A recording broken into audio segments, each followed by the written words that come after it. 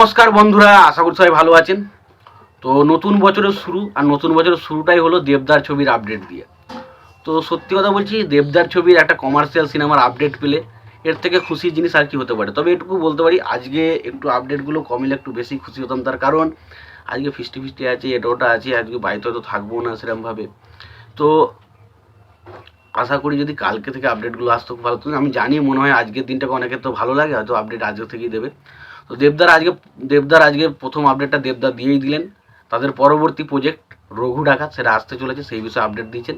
তো তার আগে প্রত্যেকটা বন্ধুকে অনুরোধ করব যে চ্যানেলটা নতুন হয়ে থাকলে অবশ্যই চ্যানেলটা সাবস্ক্রাইব করে নেবেন, আর যদি ভিডিওটি ভালো লেগে থাকে লাইক কমেন্ট শেয়ার করে দেবেন। তো এই বিষয়টা বলার আগে, ভিডিওটা শুরু করার আগে প্রত্যেককে আমার তরফ থেকে হ্যাপি নিউ ইয়ার। প্রত্যেক বছরের মতন এই বছরটা আপনারা খুব ভালোভাবে কাটান এবং ভালোভাবে ফিস্টি করুন, পরিবারকে নিয়ে সুখে শান্তিতে আনন্দে কাটান এবং অবশ্যই বাংলা সিনেমা দেখুন, বাংলা সিনেমার পাশে থাকুন। এবার আসি মেন যে আপডেটটা নিয়ে। দেখুন, দেবদার ছবি খাদানের পর সবাই বেশি এক্সাইটেড যে আপডেটটা, যে সেটা হচ্ছে রঘু ডাকাত।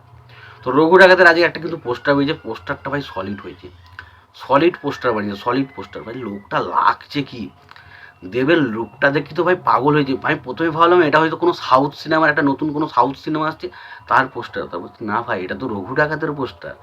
ভাই করেছে কি, ভাই করেছে কি, ব্যাপক ব্যাপক। মানে একটা কথায় বলতে গেলে, বাংলা যেটা করতে ভাবা যাচ্ছিল যে বাংলায় কিছু হতে পারে এরকম কিছু, সেটাই কিন্তু করে দেখাচ্ছে আমাদের দেবদা, এটা মানতে হবে। আজকে আমরা যতই আমরা বলি খাদানের এইটা ভালো নয় ওটা ভালো নয়, দেখুন একটা পরিষ্কার কথা মানতেই হবে, আমাদের বাংলাতে কিন্তু সেরকম খুব ভালো যে রাইটার রয়েছে যে ভালো ভালো কমার্শিয়াল ছবি লিখতে, এটা কিন্তু ভুল। তারপরেও কিন্তু বাংলাতে এরকম ভেবেও কিন্তু একটা বাংলাতে ভালো রকম কাজ করার চেষ্টা করা হচ্ছে। এবার যেহেতু চেষ্টাটা হচ্ছে, এটা হয়তো 2-4 বছর আমাদের গল্প হয়তো সেই মতো আমরা ভালো পাবো না, বা গল্প ভালো পেলেও পেতে পারি একটা দুটো।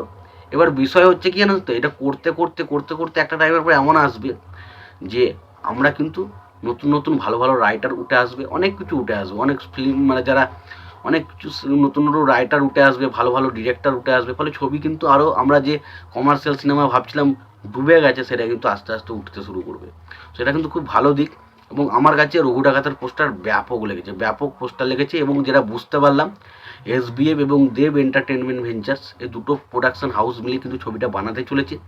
কিন্তু কালকে যেটা আপডেট করা হচ্ছিল বিভিন্ন জায়গা থেকে, যে এটা দেব এন্টারটেনমেন্ট ভেঞ্চার্স এবং এসবিএফের প্রোডাকশন হাউস থেকে নয়, এটা দেব এন্টারটেনমেন্ট ভেঞ্চার্স এবং সুরিন্দর ফিল্মসের ইয়ে থেকে আসবে। কিন্তু এখন যেটা জানা যাচ্ছে সেটা নয়, এটা কিন্তু দেব এন্টারটেনমেন্ট ভেঞ্চার্স এবং এসবিএফের আন্ডার থেকেই এটা আসতে চলেছে।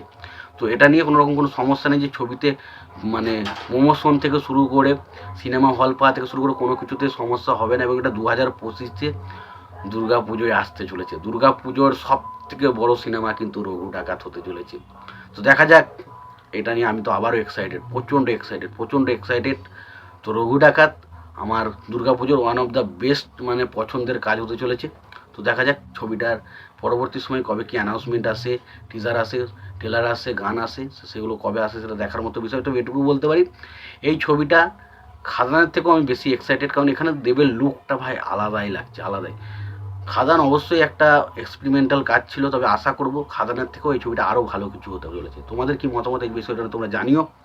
আর প্রত্যেকে সবশেষে একটাই কথা বলবো, নতুন বছর খুব আনন্দে কাটিও এবং প্রত্যেকের সাথে এটা ভালোভাবে থেকো এবং অবশ্যই নিজেদের মতো করে মজা করে দিনটা কাটিও।